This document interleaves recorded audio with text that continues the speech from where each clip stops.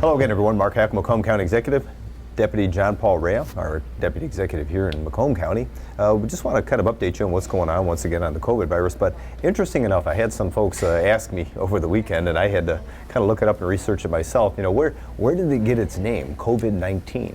And interesting enough, you know, this whole corona thing, in other words, corona itself, apparently it means halo, because if you actually look at the virus itself, there's this halo that comes around the spear. So apparently that's where the corona part gets the halo from. So the CO in COVID-19 apparently is for the corona or the halo itself.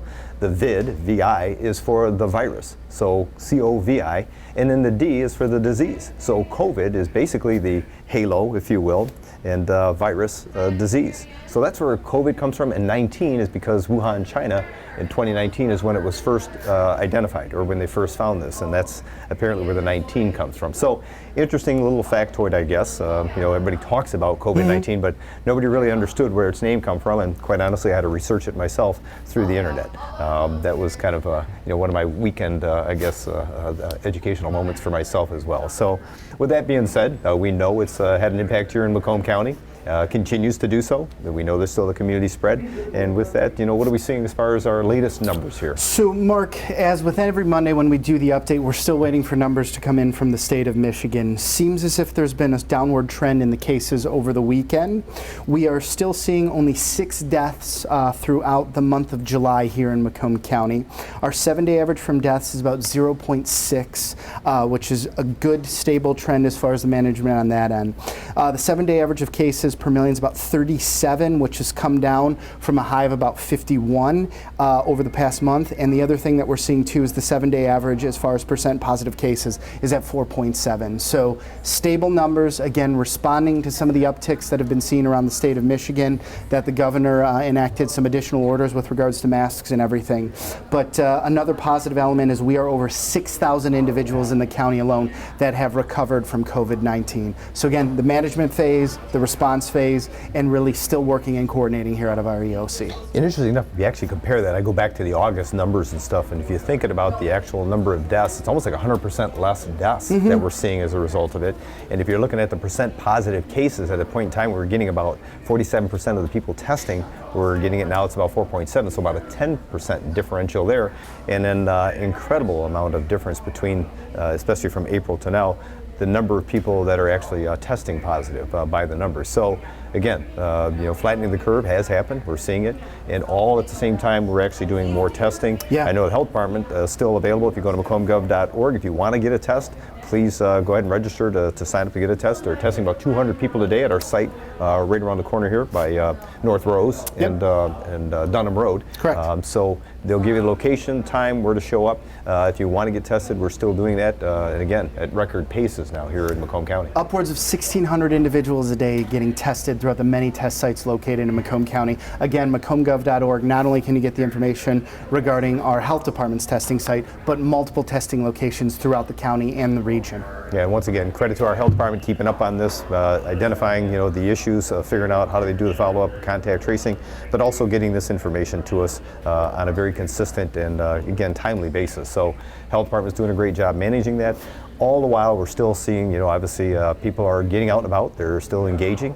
We know businesses are back in line, and actually some interesting things going on when it comes to businesses here. A couple of announcements that came up last week and some new ones that are coming out, but you know, specifically talking about, you know, what was going on at the old Liberty Ballpark. I've been there many a time back in my day playing softball. I think everyone has in Macomb County. Stories about Right, that. a passage on that one, Mark. And with that being said, you know, Mound Road, right there by 15 Mile Road, Liberty Park, you know, they were going to go ahead and turn it into, you know, there was a business that was interested, and then they kind of fell by the wayside. But now Amazon has taken that over as kind of a distribution, kind of that last mile distribution center. Mark, our great partners over in the city of Sterling Heights were able to work with Ashley Capital, a private developer that came in, developed a 560,000 plus site building there. Amazon is coming in, is going to use it as a last mile distribution hub. Hundreds of new jobs actually coming to the region affiliated with this investment by the Amazon Corporation. Kind of stems from their initial initial investment up in Shelby Township with their distribution facility up there. So I think it good as a testament to the buying power and the economic force happening here in Macomb County. And obviously to the Space Command announcement with our partners at the state of Michigan, General Rogers, and all of the folks that are part of the 650 companies that are the Defense Network and our installations here in Macomb County, trying to land that Space Command here in Macomb County that'll be the headquarters of those operations for the federal government. And no question about it. I mean, the plan that we put forward, you think about it, Macomb County is the place that they should land this this newest, I guess, if you will, command center. So we think that's a good possibility. We got a partnership from Sterling Heights that's helping us, Mayor Mike Taylor and his team. But again, Selfridge is the place for something like that. General Mammon out there running that organization. He is the base commander. Tremendous amount of support we're getting from our hometown air base and interest in them being the location for this new command center. So we're excited about it. We think there's great opportunities. And speaking about partnerships, kind of a unique one that came about with Monique Owens, the mayor of East Point. I was just down there for groundbreaking. They're turning a old elementary school that's kind of been mothballed for quite some time, Deerfield Elementary. They're turning it into a development for, if you will, affordable housing. And wow, what a unique thing. It was right in the middle of a neighborhood. And again, I go back to as being a kid, that kind of was the centerpiece of the community of the neighborhood was our elementary schools. Mine is no longer, Frost Elementary is no longer there. It's just kind of a vacant field. Here, that building is still there. They're going to be demolishing it, turning it into affordable housing, but having a community center right in the middle of that, not just for the people that buy homes in that new development, but even the surrounding neighborhood. That community, center is going to be accessible to them. So credit to East Point, the developers that are going to be developing it, our planning department that helped bring that about, because it really is a treasured asset for Macomb County, in particular in the city of East Point. Mark, that's a fantastic adaptive reuse for the city of East Point. The affordable housing is something we continually try to champion with Macomb Community Action as we look at the whole notion of providing multiple housing options at multiple price points. As you said, it's a great community stabilizer, gets a lot of population to kind of, purchase homes in an area, transition into a community. I think it's a fantastic story. Also affiliated with another senior home development that happened a few years back there in East Point. So some creative things happening down there, and definitely going to help for that neighborhood stability and prosperity down there. Yeah. And speaking of Macomb Community Action, interesting what's going on with Linda, Azar Sheila, as well as obviously the support we're getting out of Ernest. When it comes to the Census 2020, it's amazing. I'm still looking at the numbers. I watch it on a weekly basis, try to get a determination. Again, the state of Michigan, number 3. Macomb County, number 1 of counties of a population of 500,000 or larger. And overall, as far as a county, out of all counties in the entire country, we happen to be number 16. So numbers are there, but we continue to encourage people because we want to bring back our money. Fill out that census form because it's extremely important. So with that being said, we got something interesting coming up this week.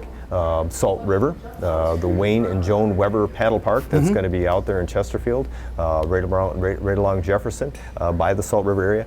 We're going to be doing a ribbon cutting with Danica Betty, the supervisor out there, and some of the folks from the township. Wow, I got to tell you, you got to see this facility, this location. And credit to Chris Bunch from the Six Rivers Land Conservancy and Jerry Santora from our planning department. Pulling this together, what a treasured asset it is for the folks in Chesterfield and for Macomb County.